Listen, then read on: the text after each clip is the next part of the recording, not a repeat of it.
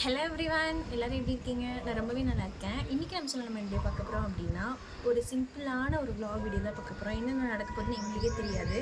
அதெல்லாம் பார்க்கணுன்னா நம்ம சேனலை மறக்காமல் சப்ஸ்கிரைப் பண்ணி வச்சுக்கோங்க. என்ன நடக்க போகுது அப்படின்னு பொறுத்திருந்து பார்க்கலாம். வாங்க வீடியோக்குள்ளே வீடியோ அப்படி நான் எப்படி கிளம்புனேன் அப்படின்றத பார்த்துடலாம். இந்த ப்ராடக்ட்ஸ் எல்லாமே, இந்த மேக்கப் நான் எப்படி கிளம்புறேன் அப்படின்றது எல்லாமே டீட்டெயிலாக நம்ம வீடியோவில் போட்டாச்சு. இதுக்கு போட்டதே திரும்பி திரும்பி போட்டு உங்களை போர் அடிக்கணும் அப்படின்றதுனால இந்த வீடியோவில் நான் எதுவுமே காமிக்கவே இல்லை. உங்களுக்கு சப்போஸ் நான் கிளம்புறது எப்படி வேணும், என்னென்ன ப்ராடக்ட் யூஸ் பண்ணுறேன் அப்படின்னு வேணும் அப்படின்னு நினச்சிங்கன்னா டிஸ்கிரிப்ஷன் பாக்ஸில் லிங்க் கொடுக்குறேன்.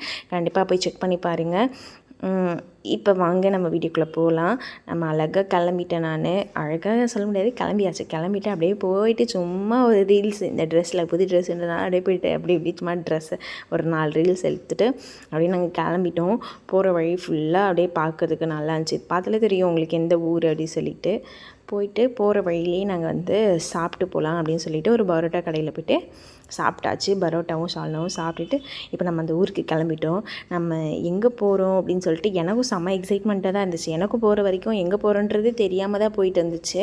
அப்புறமா அந்த இடம்லாம் பார்க்குறதுக்கு அவ்வளோ அழகாக இருந்துச்சு. சொல்ல வார்த்தையில் அவ்வளோ அழகாக, தென்னை மரம் ஃபுல்லாக பச்சை பசேல், இந்த மூவிலெலாம் காட்டுவாங்களே அந்த மாதிரி அவ்வளோ அழகாக இருந்துச்சு.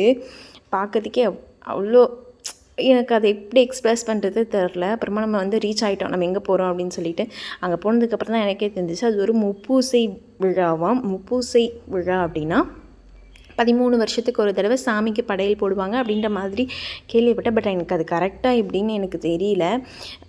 ஒரு மூவியில் பார்த்த விஷயத்த ஃபர்ஸ்ட் டைம் போய் நேரில் எக்ஸ்பீரியன்ஸ் பண்ணியிருக்கேன்.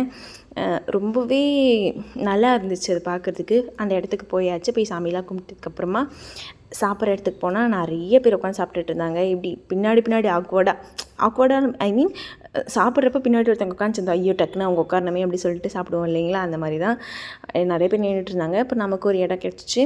போயிட்டு இலையில ஃபஸ்ட்டு சிக்கன் கிரேவி, அதுக்கப்புறமா சாதம் வச்சாங்க. சாதம் வச்சுட்டு தண்ணி குழம்பு ஊற்றுனாங்க. மட்டன் கிரேவி வச்சாங்க, பட் ஆனால் நான் வீடியோ எடுக்க மறந்துட்டேன்.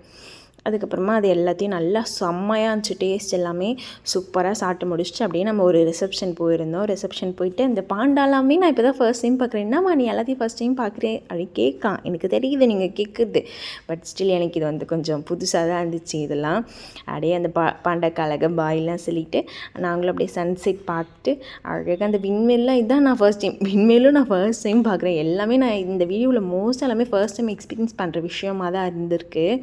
விண்மீன்லாம் அழகாக சுற்றிட்டு இருந்துச்சு.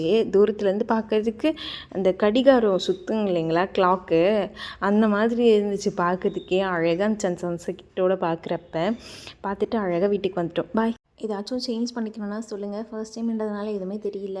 உங்களுக்கு எதனா சஜஷன் இருந்ததுன்னா கமெண்ட் பாக்ஸில்